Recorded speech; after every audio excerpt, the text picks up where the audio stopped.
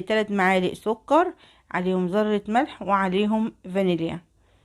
هحطهم كده على الدقيق قدامكم. تمام، زي ما انتم شايفين كده ال3 اهم. وهنقول بسم الله، اللهم احسن ما بين ايدينا. وطبعا ما تنسوهاش في كل حاجة بتعملوها، دعاء حلو قوي، وربنا يحسن ما بين ايدينا وايديكم يا رب. هحط معاكم دلوقتي المية. طبعا بنحط المية على فترات علشان العجينة ما تطراش مننا، ونرجع ناخد دقيق كتير عليها في الفرد.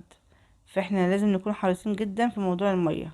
وبعد كده تحطي قطرات قطرات من المية عشان تقدري تلمي بيها العجين وما تطراش منك خالص.